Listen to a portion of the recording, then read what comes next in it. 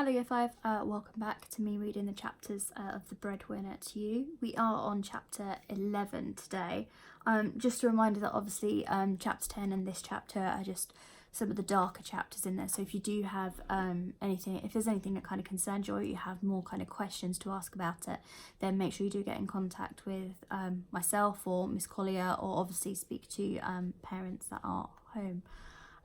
So chapter 11, we kind of left it with Pavana about to go home after her day of digging up bones in the graveyard. So we're going to see what happens next. "You're all wet," Mariam said as soon as Pavana walked through the door.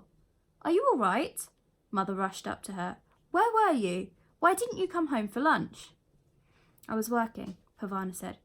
She tried to twist away, but her mother held her firmly by her shoulders. "Where were you?" Mother repeated. "We've been sitting here terrified that you'd been arrested." All that she had seen and done that day came rushing into her mind. She threw her arms round her mother's neck and cried. Mother held her until she was calm again and could talk. "Now, tell me, where were you today?"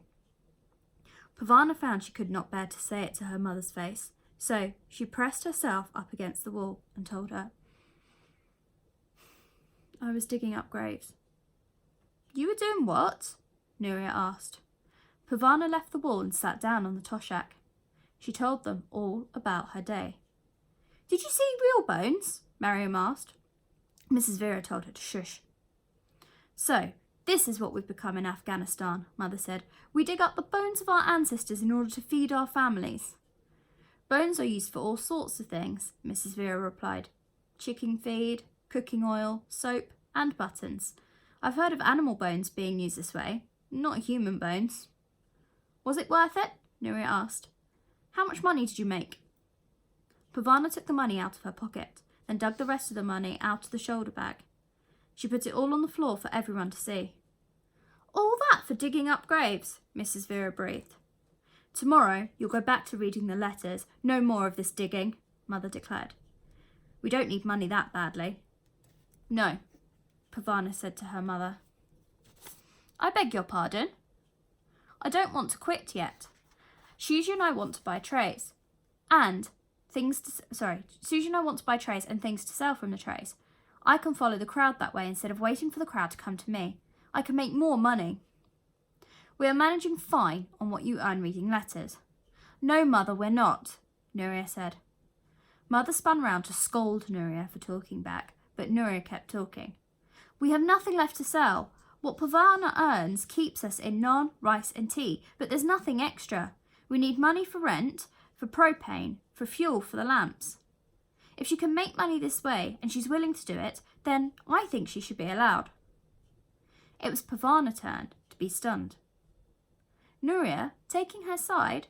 Such a thing had never happened before.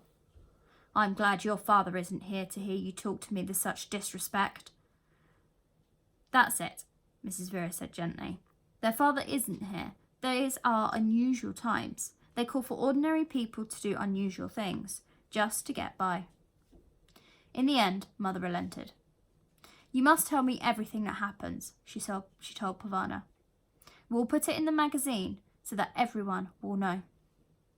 From then on, she sent Pavana off to work with a little packet of naan for her lunch, since she won't be back at midday. Although Pavana got very hungry during the day, she couldn't bear to eat in the middle of the field of bones. She gave her naan to one of Kabul's many beggars so that someone would get some use out of it.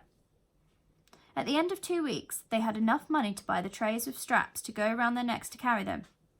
"We should sell things that don't weigh much," Shuzia said. They decided cigarettes, which they could buy in big cartons and sell by the pack.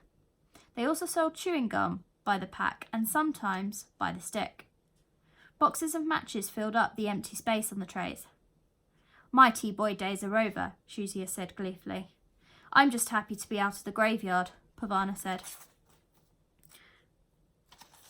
She was learning to walk and balance the tray at the same time. She didn't want all of her lovely goods to fall into the dirt.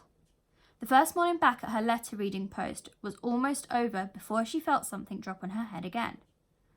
Her aim is getting good, Pavana thought. 2 direct hits in a row. This time, the gift was a single red wooden bead.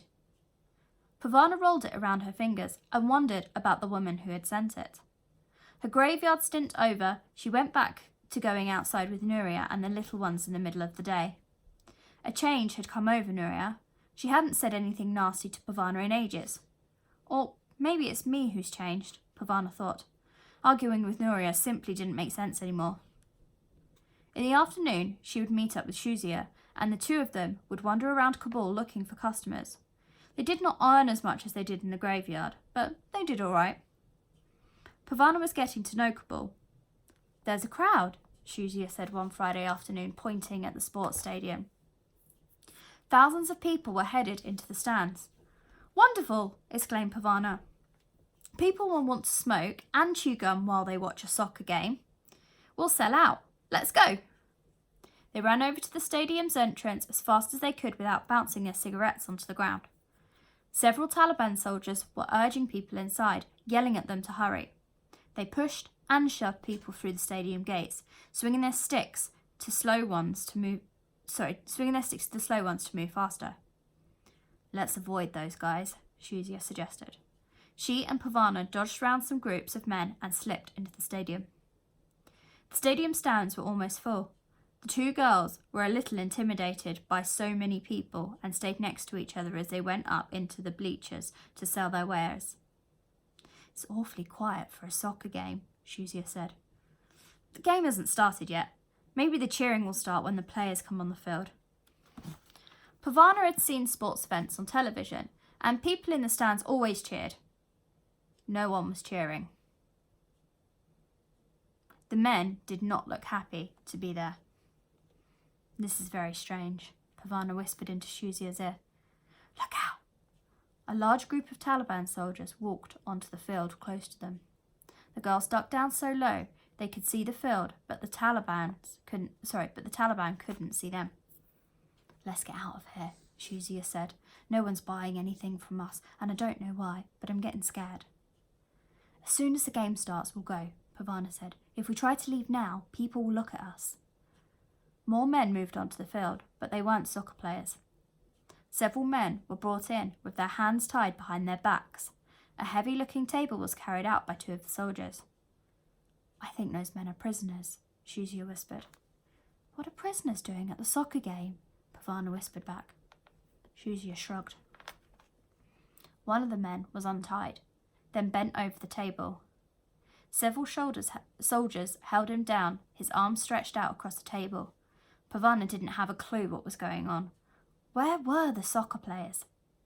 All of a sudden, one of the soldiers took out a sword, raised it above his head, and brought it down on the man's arm. Blood flew in every direction. The man cried out in pain. Next to Pavana, Shuzia started screaming. Pavana clamped her hand over Shuzia's mouth and pulled her to the floor of the stadium stands. The rest of the stadium was quiet. There was still no cheering.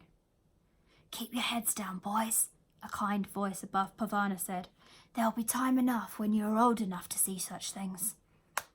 The cigarettes and gum had fallen off their trays, but the men around them gathered up the spilled items and returned them to the girls. Pavana and Shuzia stayed huddled among people's feet, listening to the sword thwack down 6 more times. "These men are thieves," the soldiers called out to the crowd. "See how we punish thieves? We cut off one of their hands. See what we do?" Pavana and Shuzia did not look. They kept their heads down until the man with the kind voice said, "It's over for another week. Come now, raise yourselves up." He and several other men surrounded Pavana and Shuzia, escorting them out of the stadium. "Go home, boys," the kind man told them. "Go home and remember better things." So that is the end of chapter 11. There are only 15 chapters in this book, so it's not long before we're actually finished with this. Hope you're enjoying, and I'll see you tomorrow.